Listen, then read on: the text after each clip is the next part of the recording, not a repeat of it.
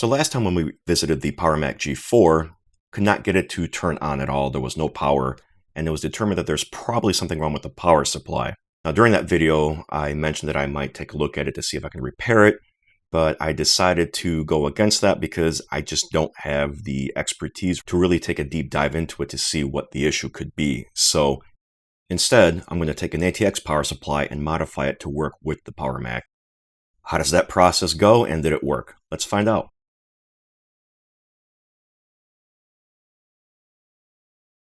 Okay, so you can see here it's a power supply, but it is not the one from the G4. This is actually an ATX power supply that I'm going to use as a replacement because I just can't figure out how to get that working. But before I wanted to just use it, I wanted to make sure everything was fine, and unfortunately, and I don't know if it's going to be easy to see or not, but this particular capacitor right here seems to have a bulge in it, and it's going to have to be replaced, unfortunately. And the others seem fine, but it's not in a great spot with all these wires in the way. Now, part of the mod that's going to have to be done is going to require either modifying the original cable, moving some things around, or probably just going to use an extension cable. I'm also going to need a couple of diodes, which I don't have, so I've got that stuff on order. What we're going to do is at least replace this capacitor here and make sure that the power supply works with this power supply tester that I've had for years and years now, and haven't had to use it a whole lot, but it's come in handy when I did need it. So I've already pre-marked the two pins that need to be desoldered, so I'm going to fire up the desoldering gun. That's what the noise is in the background. We'll replace that capacitor, make sure the power supply works, and start preparing to get this ready to go for a G4. So let me get that set up. So I struggled a lot trying to get this capacitor out. The lead that was attached to the ground plane was not cooperating. The ground plane was just sucking the heat out of the iron quicker than I could apply it. So I tried to double up using the desoldering gun and the soldering iron at the same time to try to give it some extra, heat to help me remove it. And that's on top of the fact that the soldering gun also was clogged, apparently, from the last time I used it. Even though I try to clean it out every time, I might have forgotten, or maybe I didn't get it right, not sure. But I struggled a little bit, but ultimately I did get that stupid capacitor removed. And let's move on to that clip. To get a closer look at the capacitor, this is not electrolytic fluid here, this is just some glue. But as you can see, there is a little bit of bulging there. Nothing leaked out through the bottom, fortunately, but this was ready to go. So let's get the capacitor installed, and I did determine that the shaded area is definitely the negative side of things. So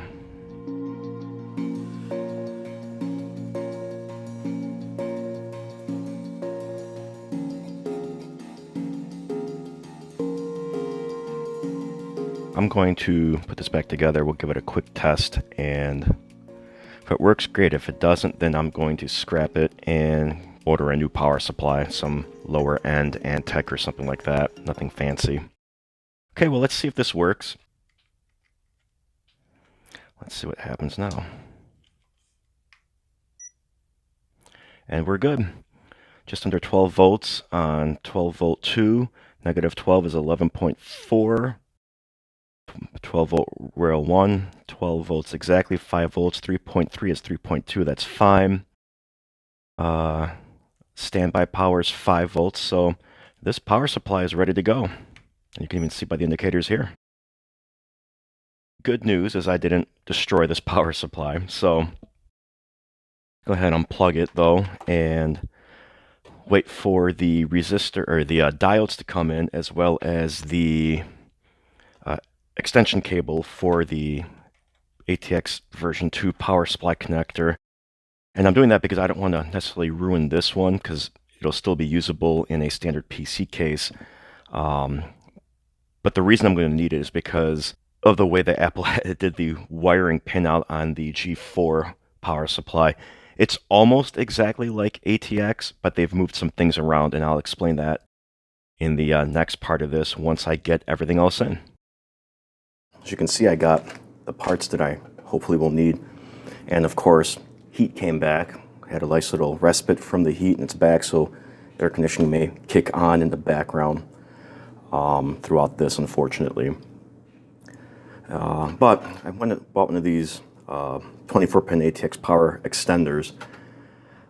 Unfortunately, with the wiring, I didn't pay attention to it. They just didn't even bother color coding it to standards like this. They just went and took red, black, yellow, red, black, yellow. So it's going to make it a little more difficult for me to work with this, but I'll have to make do. I also already removed some of the pins using these little fancy tools that I picked up, specifically this one here. And the way it's supposed to work is you're supposed to get this. There's little grooves, and it's going to be hard to see. There's no way for me to really get the camera in there, but this slides right in these little grooves, and then the cable just slides right out, basically. They also come with tools for Molex pin connectors, both male and female, to be able to remove them from their sockets. This one here for the Berg connector on the floppy disk drive. Just pushes down here and the pins slide out. And I'm dropping everything. And then there's a single, just pick-like thing. It's too thick to fit any of these cables. I'm not sure what it would be used for, but came with it. So I've labeled off the plus 5 volt here, ground, plus 3.3 and plus 12. Now, I'm going to overlay it on screen. This is a modified image from a site that I pulled, I'll link that below. And as you can see, ignoring the X's for now, these are the pinouts for the G3, Yikes and Sawtooth models, and I believe early G4s, early PCI and AGP graphics G4s. And you've got the PCATX. I added in I'll call it ATX2 with the extra 4 pins. And the next is the G4, the gigabit digital audio models, those pinouts, and you got the Quicksilver and the mirror drive door. Now, I added a 24 pin into this because I wanted to have a better comparison between it and the G4 gigabit and digital audio version. Now, looking at that, it would basically be the connector on the motherboard, so this part of it here, with the power on right over here. And if you look at them, they're very similar to each other in terms of pinout. Other than the 28 volt and its corresponding ground, the power good and the negative 5 volt and the 5 volt standby, they're effectively identical to each other. In fact, it's not until the mirror drive door model that they completely turn it all around and jumble it up and amplify it, basically. So the difference that we'll have to worry about, and we'll have to remove the power good cable, which is typically gray on a power supply. So that's right there. I'm not going to remove it from this end. I'm going to remove it from the extender so that we won't have to worry about it. So that will be removed, and I won't have to worry about modifying the cabling on the power supply. Let's go back to the image here. So the PG on the ATX will be swapped out with the plus 3.3 volt that I'm going to pull from the, what will be pin 12, I believe. We'll move that one over. Opposite of that on the ATX is a negative 5 volt. Well, Macs don't use negative 5 volt, at least not anymore. So that becomes a ground. I may just leave that no connection. I may tap into another ground. We'll see. Also on the PC specification, you've got the plus 5 volt standby power. Apple rerouted that to the 28 volt, which would be pin 22 on the G4. That also supplies 12 volts. So the 5 volt standby is basically used to power on the computer and to wake the computer from sleep. When it's on, that particular pin on the Mac provides 12 volt power to certain accessories, such as FireWire and a couple others I forget right now. But everything else is pretty much identical. They both use negative 12 volt, 3.3 volt, 5 volt. The power on is the same. So what I'm going to end up doing is taking that 5 volt SB, just removing it, and then remapping it to where the 28 volt would go, as well as the extra 12 volt on pin 11, and that's also going to go into the 28 volt line. And in order to prevent any sort of power bleed and feedback, I'm going to use a couple of these diodes to get it done. And I'll show another image from another site that I'll also link below, so you can get an idea of what it's going to kind of look like. Now, it looks simple, and at the same time it looks complicated. I do recommend you draw it out yourself, just to give yourself an idea of where the wires need to go. You can use my diagram, draw up your own, what have you. I've got a bunch of other images that I may put in the video just overlaid to see some of the different things that I've done to try to get my mind wrapped around it. So going back to the adapter, I went ahead and already moved these 4 here because they are going to have to be remapped to others, and it's going to be fun trying to get everything lined back up again, but that's fine. The other gotcha is that on the G4 power supply, the fan connects directly to the power supply via this little connector here. Now it's got a little clip and everything on there, but this is effectively just a DuPont type cable. Yeah, so I just want to grab one. So on the fan side of things, let's bring this out. It does have a shroud and everything around it, but again, it's basically just a DuPont connector. So what I'm going to do is splice this into one of these Molex connectors, or maybe even the PCI Express connector, using some adapters that I've got. So I'm going to go ahead and just remove the rest of the pins. I'm going to rewire them. Okay, so just so you can see, the wires are removed. These 4 here, as well as these 2 here, and this one here. So you can get kind of an idea, and some of them are going to be rerouted, some are just going to be snipped and clipped and possibly removed even from this side, rerouted, other connections go that way. I do, again, recommend getting one of these that are color-coded correctly. It'll be a lot easier on you. I've already went and kind of effectively mapped everything out. The 2 ground that go down to where they need to, and those will be basically tapped in. This is here just as a placeholder of sorts. Same thing with this here, because this is going to be both the 5 volt standby as well as the 12 volt. So I'm going to go ahead and get things spliced together. I'm going to be soldering them and heat shrink tubing and all of that fun stuff. So I should note real quick, per the guide that I'm following, they also recommend putting diodes in, obviously. So I'm putting in their 50 volt 3 amp diodes. These are the ones that I picked up. If you have your preferred brand, go for it. They are kind of hefty, so.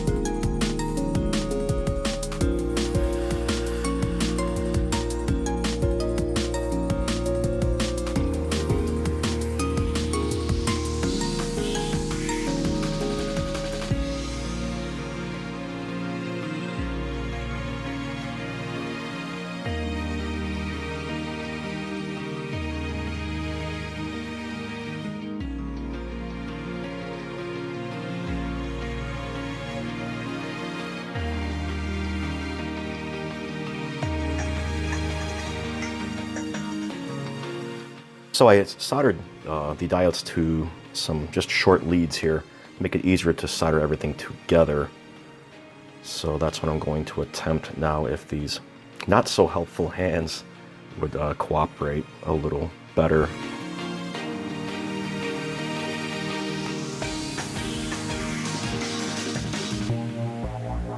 But that should basically be it for the, did it melt to the, I'm not sure these being heat resistant. Whatever. So that should basically help with the standby power and 12 volt power for when it's on. Go ahead and get these things shrinked and we'll move on to the next set of wiring. And now I just gotta splice these ground lines in and that should be it. Or to pretend them to make it easier.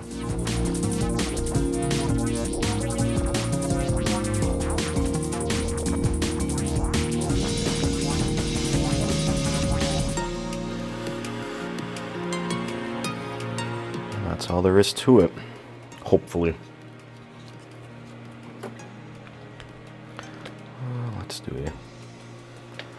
So it's not the prettiest job, and I definitely have some excess wiring, but that's fine. I can just zip tie everything together and go from there. I did do a diode test, since you can't just do a straight continuity test, and it does still work, so there is still connectivity there. So they're not the best cable wrapping, but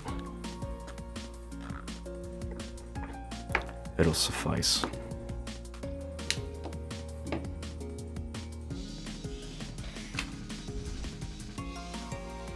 So there's my first attempt at making an ATX to G4 power adapter. All right, let me get everything reassembled. Oh, almost forgot I have to make an adapter for the fan. So I found this old power adapter that I had from an old Dell, I think it was a server, maybe a PC, I'm not sure, but they had some weird custom connectors. This went into the power supply, and on the other end there were some SATA connectors, some Molex connectors. Went ahead and removed all the extra cabling, but I can take this end here, connect it to the extra 12 volt for CPUs on the ATX side, ground and 12 volts, so I think we'll be okay. And then now I have a fan adapter. Again, not the prettiest, but it will work.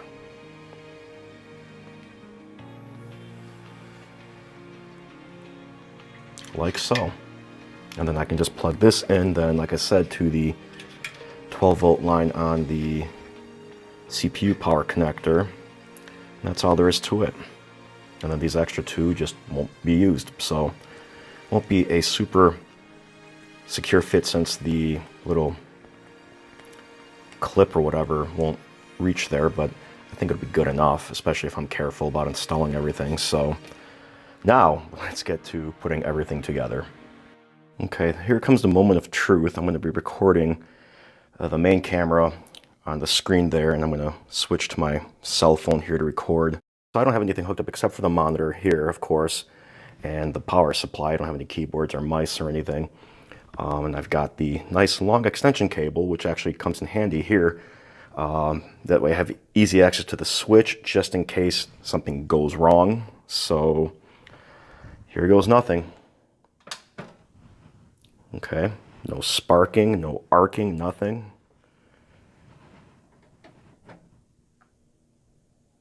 Power light. The fan itself is on. Let's see what happens. It works. So obviously I have to get a hard drive installed, operating system installed, and all of that fun stuff. But it's working, so to speak. I mean, I don't know how reliable it's going to be. The power LED is on the logic board, D55, diode 55. It's right by the RAM slots. So yeah, everything seems to be functional. So I'm going to go ahead and we'll finish the refurb process, you know, basically clean everything, you know, all the dust and everything, wipe it down. Yeah, like I said, get a hard drive or probably a CF to IDE or SD to IDE adapter installed. Try to locate the original recovery discs. I think I've got them. I found them on one of the Macintosh old download sites. I can't think of one right now. I think Macintosh Garden maybe. Let's move on to cleaning.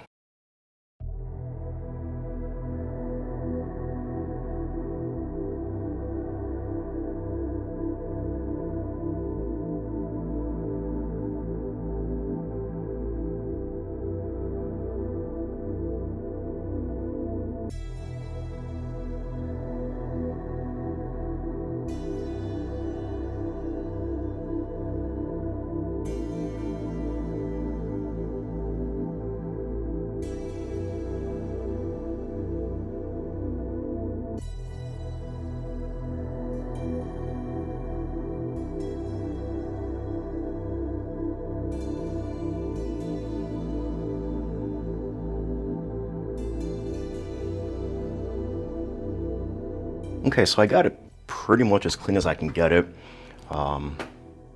Showing some overlays and some just B-roll, not even really B-roll quality video, just different clips and stuff like that, and some photos. I did remove the front, rear, and top plastic bezel pieces, as well as these handles, to get a better inside to clean all the dust and everything, remove it. I did not remove the side panels though. I did try to remove some scratches, but without like a buffing pad and stuff like that, that's probably as good as I'm going to be able to get it, and it's fine. It doesn't need to be perfect. The computer's old. It's from what, 2000, so it's 21 years old. The fact that I was able to get it working at all is a miracle. But now, of course, I've got to put everything back together. One thing I did double check, and I think I did this during the initial pickup, but it did have a 256 megabyte stick of RAM, 128, and then 264s. This can support up to 2 gigs max, but that's only in Mac OS 10. Mac OS 9 can only do 1.5 gigs, because I believe there's a limitation of less than 1 gig per application. So I'm probably going to load it up as much as I've got. I've got 2 additional 256 meg sticks. Whether they work in here or not, I won't know. We can try them though and test it. But I've got 2 of those, plus the one that it came with, and then another 128. So that'll be, let's see, 512, 768, 9 something. I'll do the math later. But yeah, so I'm going to go ahead and finish putting everything back together. Graphics card, optical drive, the ATX power supply with the modded adapter, as well as the cooling fan, and that's it.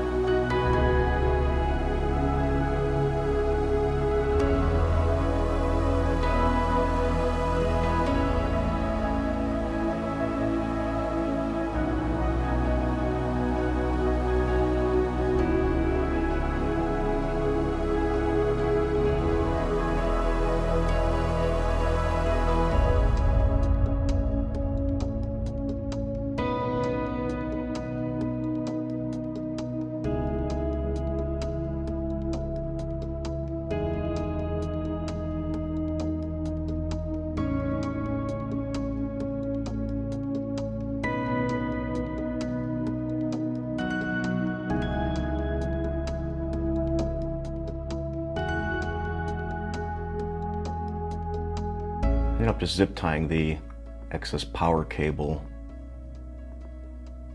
right here to the fan, whatever you want to call this. It does eliminate the middle drive tray, so I won't be able to install any drives in here really, but that's fine because I don't plan on loading this up anyway. This isn't going to be a professional workstation or anything. It's definitely not powerful enough nowadays. I still have this here and 2 more drive bays here, so I can do up to 3.5-inch discs, or possibly more 2.5-inch discs with adapters and brackets and things like that. But I think this will work just fine that as is. Let's see, I think that's really it. We're going to do a power on self test, and we're going to verify that everything works and move on to the next part. Okay, let's do this again. Yeah, definitely have to relubricate the fan. I wish I had just done it when I had it apart, but I figured it would be fine. Okay, so I've got all of the RAM installed, 3 256 gig sticks, 1 128, video card installed, optical drive is installed. I'm gonna yank this fan out real quick, lubricate it, and then we're gonna see, actually before we even do that, let's see if I can boot anything. I found this disc here online, made an image of it, or downloaded the image and burned it. Let's just see if I get anything. I don't have a keyboard or mouse hooked up, so I can't get too far into the recovery, but let's see.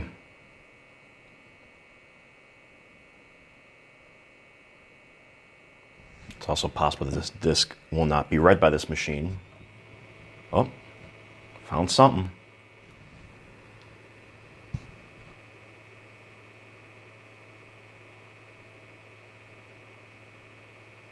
Doesn't recognize it, but it was able to boot at least. So this might not be the right recovery image for this system. There are so many G4 releases that there's like half a dozen of these discs out there, so I'm gonna have to try a few of them and see. Maybe I can find just like a generic install and do that. Okay, I have a working recovery disc. Happened to be the second one that I chose out of the list that I have. The first one was 691-2817, came with 9.0.4. This one obviously is Mac OS 9.1. Now the system originally came with, I think, 9.0.3. So not sure why the 904 didn't work. Again, it could have been, a different revision for an older model. Who knows? It's also possible that the firmware on this one was updated and only 9.1 and higher will work. Not sure.